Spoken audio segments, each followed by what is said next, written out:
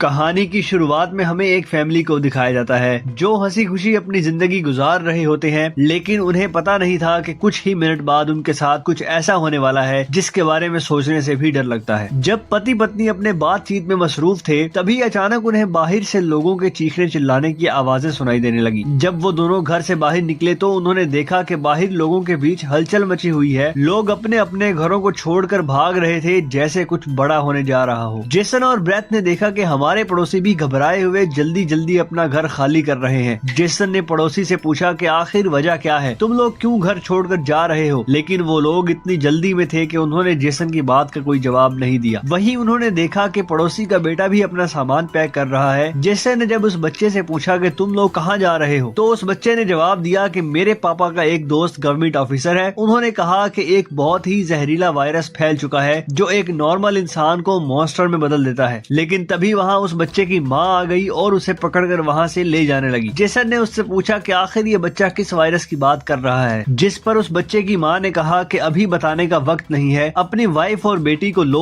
और इस शहर से जितना हो सके दूर निकल जाओ। ये सुनकर जेसन और ब्रेथ बहुत ज्यादा घबरा गए। इसके बाद जेसन बिना सोचे समझे अपनी फैमिली को गाड़ी में बिठाकर शहर से बाहर ले जाने लगता है, मगर रास्ते में उन्होंने देखा कि जो पड़ोसी भाग रहे थे वो वापस लौट रहे हैं। ये देखकर उन्हें और भी अजीब लगने लगा। आगे जाकर ये लोग ट्रैफिक में फंस जाते हैं। जब जेसन और उसकी फैमिली गाड़ी से बाहर उतरे तो उन्होंने देखा कि शहर से बाहर निकलने वाला अकेला रास्ता पुलिस ने बंद कर दिया है। आसमान में यहाँ वहाँ हेलीकॉप्टर्स पहरा देने लगे। लोगों को बताया जाने लगा कि शहर में एक जहरीला वायरस फैल गया है और तुम लोगों को जल्दी से घर वापस लौटना चाहिए। ये बात सुनकर जेसन को कुछ अजीब लगा कि जब शहर में वायरस फैल गया है तो लोगों को शहर से बाहर निकालने के बजाय उन्हें शहर में ही क्यों रहने को कहा जा रहा है। तभी अचानक पास की पहाड़ से एक बड़ा सा पत्थर उनकी कार पर आ गिरा। ये देखकर वो लोग बहुत ज्यादा घबरा गए। पहाड़ हिलने लगा। तभी इस पहाड़ के पीछे से दो मिलिट्री के फाइटर जेट्स निकलकर शहर की तरफ बढ़े। वो दो फाइटर जेट्स पूरे शहर पर बमों की बारिश करने लगे, जिससे पूरा शहर राख में बदल गया। जेसन की वाइफ ब्रेथ को फौरन समझ आ गया कि अगर वो पुलिस की बात मानकर घर लौट जाते तो उनका अंजाम बहुत बुरा होने वाला था। इसके बाद वो फाइटर जेट सड़क पर मौजूद लोगों की तरफ बढ़ने लगे। ये देखकर सभी लोगों में हलचल मच गई। अब सबको समझ आया कि गवर्नमेंट उन्हें मारना चाहती है। सभी अपनी जान बचाने के लिए यहाँ वहाँ भागने लगे, पर जेसन और ब्रेथ को समझ आया कि वो कहीं भी भाग ले, वो फाइटर जेट्स उन्हें मार कर ही रहेंगे। तभी ब्रेथ ने पीछे मुड़कर पहाड़ पर एक स्कूल देखा और उसे लगा कि बचने के लिए वो जगह बेहतर रहेगी। जिसके बाद जेसन ब्रेथ और जोई को लेकर स्कूल की तरफ पहाड़ पर चढ़ने लगा। पीछे ब्रिज पर मौजूद लोगों पर फाइटर जेट्स बम गिराने लगे। ये तीनों तेजी से दौड़ते हुए स्कूल तक पहुँच जाते हैं और खुशकिस्मती से वहाँ उन्हें एक टनल मिल जाता है और बम धमाके से कुछ ही सेकंड पहले वो जल्दी से इस टनल में घुस जाते हैं। जैसे ही बंकर का दरवाजा बंद हुआ, ऊपर एक जोरदार धमाका हुआ, लेकिन खुशकिस्मती से ये लोग बंकर के नीचे थे और इनकी जान बच गई। मगर इनके लिए हैरानी की बात ये थी कि आखिर ये कौन सा वायरस था कि गवर्नमेंट को शहर के सभी लोगों को मारना पड़ा। वो लोग कुछ भी नहीं समझ पा रहे थे। बस उन्हें ये पता चल चुका था कि अगर जिंदा रहना है तो चुपचाप बंकर में जिंदगी गुजारो। लेकिन इनके लिए परेशानी की बात ये थी कि आखिर ये लोग यहाँ कब तक जिंदगी गुजारेंगे और उन्हें पेट भरने के लिए खाने पीने का क्या करना होगा। अच्छी बात ये थी कि वहाँ ढेर सारा एक्सपायरी खाना रखा हुआ था जो 3 लोगों के लिए काफी लंबे समय तक चल सकता था। जेसन की वाइफ ब्रेथ बहुत ज्यादा परेशान थी। वो अपनी बेटी जोई के बारे में सोचने लगती है कि अगर ये बीमार हो गई तब इसका क्या करेंगे। और ब्रेथ दरवाजा बंद करते समय उसका हाथ भी लग गया था जिसमें काफी गहरी चोट आई थी। वो दोनों इस बात को लेकर भी घबरा रहे थे कि कहीं इस जहरीले वायरस ने इनकी बॉडी पर भी अटैक न कर लिया हो। मगर अभी ये सोचने का वक्त नहीं था। उन्हें अब इस बंकर को सेफ बनाना था ताकि ऊपर बंकर का दरवाजा कोई खोल ना सके। जेसन ने लोहे की जंजीर से बंकर का दरवाजा मजबूती से बंद कर दिया और तय किया कि अब उन्हें यहीं पर छुपकर जिंदगी गुजारनी है। लेकिन जमीन के नीचे रहने का जीवन आसान नहीं था। हर दिन वही एक जैसा खाना, पीने के लिए कचड़े से भरा हुआ पानी और खाली वक्त में वो ताश खेलती। बाहर की दुनिया से उनका पूरी तरह से कनेक्शन कट चुका था। कई दिनों तक यहाँ रहने के बाद वो लोग बहुत ज्यादा इस बंकर में तंग हो चुके थे। लेकिन वो क्या करते, अगर ऊपर जाते तो उनकी जान नहीं बच पाती। इस जीवन ने जेसन के परिवार को मानो इस दुनिया के अंत का एहसास दिलाया। जोई ने अपने पापा से पूछा, पापा हम यहाँ कब तक रहेंगे? जेसन के पास इस बात का कोई जवाब नहीं था। उसने अपनी बेटी से बस यही कहा, जब बाहर वायरस चला जाएगा तब हम बाहर जाएंगे। वो अपनी बेटी की आंखों पर उंगलियां रखकर बाहर की दुनिया उससे इमेजिन करवाता। इस तरह से दिन गुजरते गए और फिर महीने। उन्हें नहीं पता था कि बाहर निकलने के इंतजार में उन्हें यहाँ इस बंकर में 300 से भी ज्यादा दिन गुजर चुके हैं। जोई अपनी माँ की बनाई हुई पेरिस्कोप से बाहर की दुनिया को देखती है। बाहर चारों ओर बस तबाही का मंजर नजर आ रहा था, जैसे ये पूरी दुनिया जलकर राख हो गई हो। वहाँ किसी भी इंसान का नामो निशान तक नहीं था। ये सब देखकर इस छोटी बच्ची को लगने लगा कि शायद हम इस दुनिया के आखिरी बचे हुए लोग हैं। माँ ने उसे दिलासा दिया कि तुम ऐसा मत सोचो, शायद तुम्हारे दोस्त भी हमारी तरह कहीं छुपे हुए हों। अब रात हो चुकी थी और डिनर का वक्त हो चुका था। इनके पास अब खाना भी कम बचा हुआ था, इसलिए वो तीनों थोड़ा सा खाना खाकर काम चला रहे थे। लेकिन आज जोई की जिद पर उसे पूरा एक टिन का डब्बा दिया गया। जोई ने जब टिन का डब्बा खोला तो उसने देखा कि टिन का डब्बा अंदर से खाली है। इस डब्बे के पीछे की तरफ एक छोटा सा छेद था, शायद कोई चीज इसमें से खाना चुरा गई थी। ब्रेथ ने सारी बची हुई डब्बों की जांच की तो पता लगा कि पूरे 12 डब्बे खाली थे। ये देखकर वो बहुत ज्यादा परेशान हुए, क्योंकि ये तो उनके 2 हफ्तों का राशन था। ब्रेथ ने वेंटिलेशन जाली की तरफ देखा और अंदाजा लगाया कि शायद कोई चूहा अंदर आकर खाना ले गया। ब्रेथ ने कहा कि अगर ये चूहा है तो उसे जल्दी मारना पड़ेगा, नहीं तो ये हमारा सारा खाना बर्बाद कर देगा। बेटी के उदास चेहरे को देखकर जेसन ने उसे दिलासा दिया कि छोटी छोटी बातों से परेशान मत हो, अगर खाना खत्म भी हो गया तो मैं ऊपर जाकर कुछ सामान ले आऊंगा। अगले दिन जब जोई अपनी माँ के साथ ब्लॉक्स में खेल रही थी, तभी पीछे से हल्की सी आवाज आई। जोई ने जब पीछे मुड़कर देखा तो एक चूहा फिर से टिन फूड चुराने घुस आया था। इससे पहले कि वो चूहा भाग जाता, जोई ने फौरन अपने पेरेंट्स को बुलाया। आज उन्हें इस चूहे को हर हाल में मारना था। जेसन गुस्से में चाकू निकालकर उसे टुकड़े टुकड़े करने के लिए आगे बढ़ा, लेकिन वो छोटा सा चूहा बहुत तेज निकला। वो जेसन के वार से खुद को बचाते हुए निकल भागा और टेबल पर रखी लालटेनों को भी गिरा दिया। जैसे ही वो अपने बिल में घुसने वाला था, तभी ब्रेथ ने अचानक झपटा मारा और चूहे को मार दिया। वो सब चूहे को मारने की खुशी मना रहे थे, लेकिन दूसरी तरफ लालटेन के गिरने से धीरे धीरे आग बढ़ने लगी। जेसन दौड़कर इस लालटेन को बंद करने लगा, लेकिन वो लालटेन बहुत गर्म था, जिससे जेसन का हाथ जल गया और लालटेन का शीशा फटने पर पूरे टेबल में आग लग गई। ब्रेथ ने पर्दा फाड़कर आग बुझाने की कोशिश की। जेसन ने नल से आधी बाल्टी पानी निकालकर इस आग पर डाला। जैसे तैसे करके इन दोनों ने इस आग को बुझा लिया, लेकिन खतरा अभी टला नहीं, बल्कि अब उनके लिए और भी मुश्किल बढ़ने वाली, क्योंकि आग तो वो लोग बुझा चुके थे, मगर आग से निकलने वाले धुएं ने पूरे बंकर को धुएं से भर दिया था और वो धुआं धीरे धीरे वेंटिलेशन जाली से ऊपर की तरफ निकल रहा था। ये देखकर वो सब घबरा गए, क्योंकि ये धुआं उनका वहाँ होने का ठिकाना जाहिर कर रहा था। अब सब लोग सांस रोक कर बैठे थे। जेसन ने कहा कि शायद रात का अंधेरा धुएं को छुपा लेगा और किसी को हमारे ठिकाने के बारे में पता नहीं चल पाएगा। वो तीनों डर के साए में पूरी रात जागते रहे। अगली सुबह उन्होंने खुद की तसल्ली के लिए पेरिस्कोप से बाहर झांक कर देखा तो उनके पैरों तले जमीन खिसक गई। उन्होंने देखा कि बाहर तो पूरे धुएं का गुबार उठा हुआ था। ये देखकर इन लोगों की बेचैनी बढ़ने लगी। उन्हें पूरा यकीन हो गया था कि उनके ठिकाने का राज खुल चुका है। तभी ब्रेथ ने कहा कि अगर धुआं उठा है तो आसपास राख भी जमा हुई होगी, जिसकी जांच पड़ताल करते हुए हमारे ठिकाने का पता चल सकता है। इसलिए अब हमें राख की सफाई करनी होगी। जिसके बाद पति पत्नी ने बाहर जाकर सफाई करने का फैसला किया। जाने से पहले जेसन ने अपनी बेटी जोई से कहा कि जोई, मुझे प्रॉमिस करो कि बाहर से चाहे तुम्हें आवाज आए या फिर कुछ भी हो जाए, बस तुम्हें बाहर नहीं निकलना। बेटी से वादा लेने के बाद उन्होंने दरवाजे की जंजीर खोली और बाहर की आवाजों को तवज्जो से सुना, और जब यकीन हुआ कि बाहर कोई भी नहीं है, तब दोनों ने मिलकर बंकर का दरवाजा खोला और बाहर निकल गए। अब इनकी बेटी अकेली अंदर रह गई। वो अपने पेरेंट्स का इंतजार कर रही थी, लेकिन बहुत देर तक इंतजार करने के बाद भी जब उसके माता पिता वापस नहीं आए तो वो स्टूल पर चढ़कर दूरबीन से बाहर के हालात देखने लगी। जल्द ही उसने देखा कि उसके माता पिता बंकर के दरवाजे को छुपाने की कोशिश कर रहे थे, लेकिन तभी जोई ने कुछ ऐसा देखा जिससे उसकी सांसें गले में अटक गई। उसने देखा कि दूर जंगल में एक काली परछाई तेजी से उनकी तरफ बढ़ रही है। बच्ची ने जोर से चिल्लाकर पापा को पीछे देखने को कहा, लेकिन दूरी बहुत ज्यादा थी। उसके माता पिता सुन ही नहीं पाए। घबराहट में बच्ची अपने डर को भूलकर सीढ़ी पर चढ़कर बंकर से बाहर निकल आई। बाहर आते ही उसे एहसास हुआ कि उसके माता पिता अब वहाँ नहीं थे। बच्ची ने बेचैनी में जोर जोर से अपने माता पिता को पुकारना शुरू किया। तभी पीछे से अचानक उसका मुंह किसी ने दबोच लिया। ये कोई और नहीं बल्कि उसकी माँ थी। कुछ सेकंड बाद एक जंगली हिरण का झुंड तेजी से वहाँ से गुजरा। हालांकि वो तीनों बाल बाल बचे, लेकिन बीत का डर और ज्यादा बढ़ने लगा। इन हिरणों का इस तरह से भागना जरूर किसी खतरे की चीज से बचने की कोशिश थी। सबको खतरे का अंदाजा हुआ और तेजी से वापस बंकर की तरफ भागे और बंकर के अंदर घुस गए। जेसन ने लकड़ी की पेटियों से बंकर का दरवाजा बंद किया और लोहे की जंजीर से कसकर बांध लिया और सबको बिल्कुल खामोश रहने को कहा। तभी उन्होंने ऊपर से कदमों की धीमी आहट सुनी। ऐसा लग रहा था कि जैसे कोई बंकर के दरवाजे की तरफ आ रहा हो। वो कई मिनटों तक लगातार बंकर के ऊपर इधर उधर घूम रहा था। ये तीनों आहिस्ता कदमों से बंकर के दरवाजे से हटकर आगे की तरफ जाने लगे और शायद अब तक ऊपर जो भी था उसे भनक नहीं लगी थी कि नीचे बंकर में कोई है। डर के मारे जोई रोने लगी। ब्रेथ उसे चुप कराती है और कहती है कि अगर आवाज बाहर तक गई तो सब खत्म हो जाएगा। वो तीनों धीरे धीरे बंकर के दरवाजे से काफी आगे बढ़ चुके थे। वो बंकर के दरवाजे से इसलिए आगे बढ़ रहे थे कि अगर कोई ऊपर से बंकर का दरवाजा खोल भी दे तो नीचे उसे हम नजर ना आए। लेकिन तभी जोई ने जो गुड़िया हाथ में उठाई थी उसकी रस्सी एक स्क्रू में फंस गई। वो स्क्रू धीरे धीरे ढीला होने लगा। ये देखकर जेसन और ब्रेथ की सांसें अटक गई क्योंकि वो रस्सी गुड़िया में लगी आवाज के स्विच से जुड़ी थी। इससे पहले कि वो कुछ कर पाते वो स्क्रू एक झटके से निकल गया और उसी पल तेजी से गुड़िया के अंदर से आवाजें आने लगी। जेसन ने फौरन इस गुड़िया को चीर डाला और उसके अंदर स्पीकर को तोड़ दिया। लेकिन अब बहुत देर हो चुकी थी। ऊपर जो चीज इनका पीछा कर रही थी उसे इनकी भनक लग चुकी थी। अचानक ऊपर से जोर की टक्कर की आवाज आई और फिर भारी कदमों की गूंज सीधा बंकर के दरवाजे के ऊपर रुक गई। उसने आखिरकार इनका ठिकाना ढूंढ ही लिया और उसे खोलने की कोशिश करने लगा। वो बंकर के ढक्कन को जोर से धक्का दे रहा था और जंजीरों से बंद होने के बावजूद खतरा साफ महसूस हो रहा था और ऊपर के राक्षस को पता चल चुका था कि जरूर नीचे कोई मौजूद है। हालांकि वो दरवाजा मजबूत जंजीरों से बंद था लेकिन इस चीज की भांक ताकत के सामने वो जंजीरें एक एक करके टूटने लगी। ये देखकर जेसन को पता चल चुका था कि दरवाजा अब ज्यादा देर टिक नहीं पाएगा। इसलिए वो तेजी से अंदर भागा और वाटर पंप का पाइप उखाड़ने लगा। यहाँ ब्रेथ ने भी हिम्मत दिखाई और सीढ़ी पर चढ़कर अपने जिस्म का वजन इस्तेमाल करते हुए चेन को खींचकर दरवाजा बंद रखने की कोशिश करने लगी। लेकिन फिर भी लोहे का ढक्कन धीरे धीरे खुलने लगा। तभी उसी वक्त दरवाजे के ऊपर एक काला साया नजर आया जिसकी आंखें एक बल्ब जैसी चमक रही थी, जैसे इन तीनों की मौत ऊपर से इनको देख रही हो। जेसन ने बिना सोचे पाइप से इस पर हमला कर दिया जिससे वो पीछे गिर पड़ा। जेसन ने जल्दी से वो पाइप दरवाजे में फंसाकर दरवाजे को बंद कर दिया और वो चीज वहाँ से भाग जाती है। लेकिन जेसन का जिस्म अब भी बुरी तरह कांप रहा था। वो कभी सोच भी नहीं सकता था कि बाहर की दुनिया में ना सिर्फ बेरहम सोल्जर्स थे बल्कि खतरनाक राक्षस भी घूम रहे थे। वो पूरा परिवार सीढ़ियों के पास मायूस बैठ जाता है क्योंकि अब इनका ठिकाना उजागर हो चुका था। अब किसी भी वक्त इन पर हमला हो सकता था और उन्हें इस बात का अंदाजा भी हो चुका था कि इस बार तो एक आया था लेकिन अगली बार जब वो आएंगे तो उनकी तादाद काफी ज्यादा होगी और हम उनके सामने कुछ नहीं कर पाएंगे। थोड़ी देर बाद अचानक अलमारी हिलने लगी। जेसन और ब्रेथ समझ गए कि उसने अपने बाकी साथियों को भी बुला लिया है। ऊपर से तेज कदमों की आवाजें सुनाई देने लगी मानो हजारों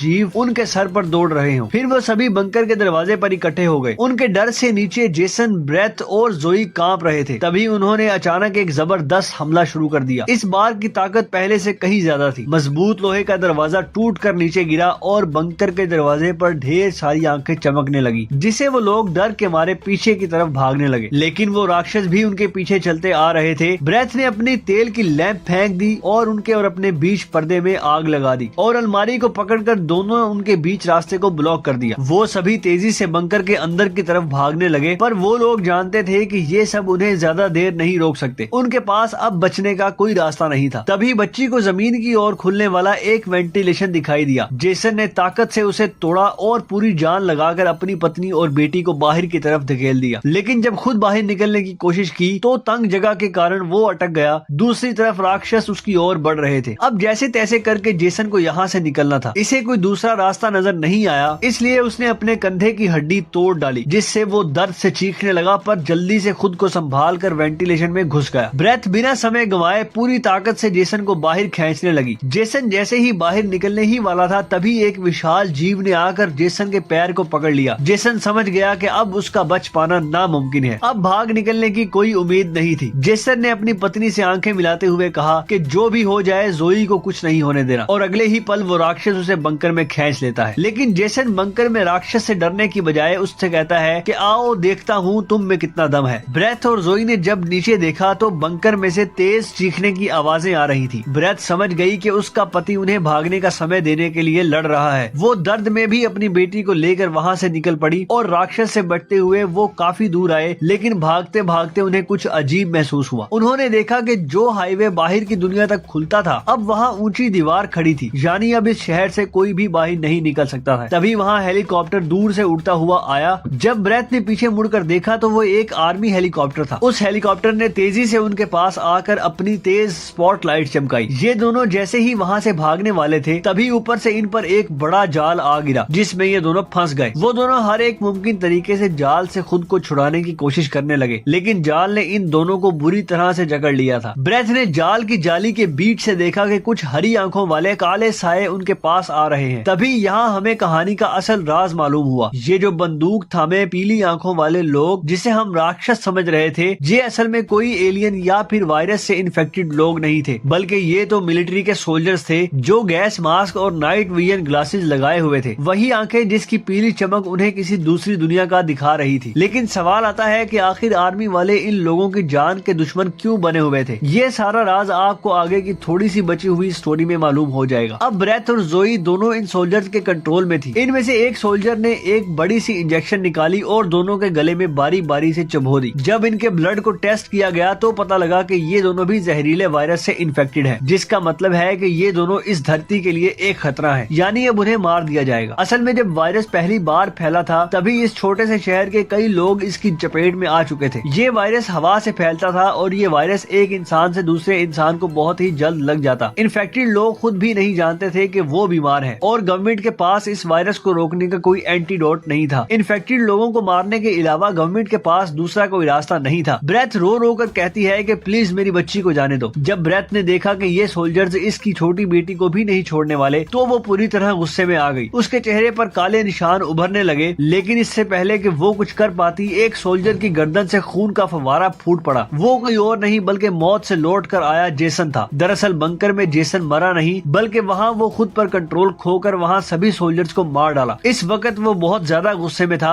चेहरे पर काले निशान और आंखें गुस्से से लाल थी और इसके जिस्म की ताकत कई गुना बढ़ चुकी थी और साफ दिख रहा था कि अब वो पहले वाला जेसन नहीं बल्कि वो एक अलग रूप में दिखाई दे रहा था। वो सोल्जर्स पर झपट झपट कर उन्हें मारने लगा, लेकिन वो गर्म हथियारों की गोलियों को नहीं रोक पाया और जमीन पर गिर पड़ा। जब वो सोल्जर्स ब्रेथ और जोई की तरफ बढ़े तो वो दोनों जाल तोड़कर भाग चुकी थी। सोल्जर्स उन्हें यहाँ वहाँ ढूंढने लगे, लेकिन उन्हें यह अंदाजा नहीं था कि ब्रेथ भी एक राक्षसी रूप में बदल चुकी थी। उसने जोई को एक कार के अंदर छुपा दिया और खुद इन सोल्जर से लड़ने लगी। इसने कई सोल्जर्स को मार गिराया और फिर खुद भी गोली लगने से कार की छत पर गिर पड़ी। अंधेरे में छुपी उसकी बेटी ने यह सब देख लिया। अपने माता पिता की हालत देखकर वो भी गुस्से में आकर अपना आपा खो बैठी। एक छलांग में उसने एक सोल्जर को गिराकर उसका मास्क तोड़ दिया और उसे मारने ही वाली थी कि ब्रेथ ने समय रहते उसे रोक दिया। वो नहीं चाहती थी कि उसकी बेटी भी एक दरिंदा बन जाए। ब्रेथ ने उसे शांत किया। आहिस्ता आहिस्ता लड़की की नसों की हरियाली गायब हो गई और वो फिर से इंसान में बदल गई। लेकिन सोल्जर की किस्मत अच्छी नहीं थी। उसका सेफ्टी मास्क टूट चुका था और वो आहिस्ता आहिस्ता वायरस से इन्फेक्टेड हो गया। दूसरी तरफ जेसन की हालत बहुत गंभीर थी। उसने बेटी के चेहरे को देखकर अपने हाथ की 2 उंगलियां उसकी आंखों से फेरी और जेसन ने हमेशा के लिए आंखें बंद कर ली। इसी वक्त एक और हेलीकॉप्टर आ गया। ब्रेथ अपनी बेटी को लेकर भागी। कबाड़ के ढेर से गुजरते हुए वो एक सुरंग में घुस गई। तभी वहाँ एक रोशनी उनकी आंखों पर पड़ी। देखने पर पता चला कि सामने वही पड़ोस का छोटा लड़का था जिसे हमने कहानी की शुरुआत में देखा था। फिर ये दोनों उसके पीछे चल पड़े। वो लड़का उन्हें एक गुफा जैसी टनल में ले पहुंचा जहां उस लड़के के माता पिता और भी कई सारे लोग छुपे हुए थे। असल में वहां उनके जैसे ही वायरस से इन्फेक्टेड लोग थे। जिंदा रहने के लिए वो सभी अंधेरे में चूहे जैसी जिंदगी गुजारने पर मजबूर थे। ये वायरस खतरनाक जरूर था लेकिन जानलेवा नहीं था। ये वायरस इन्फेक्टेड इंसान के जिस्म पर तब ज्यादा जोर करता जब वो डर जाता या फिर गुस्से पर काबू नहीं रख पाता। लेकिन असल में इन लोगों ने खुद पर काबू पाना सीख लिया था। वो लोग शहर के सोल्जर्स को राक्षस समझते थे लेकिन असल में वो खुद राक्षस थे। इसी के साथ ये कहानी खत्म हो जाती है। अगर वीडियो आपको अच्छी लगी हो तो हमारे चैनल को सब्सक्राइब और वीडियो को लाइक जरूर कीजिएगा।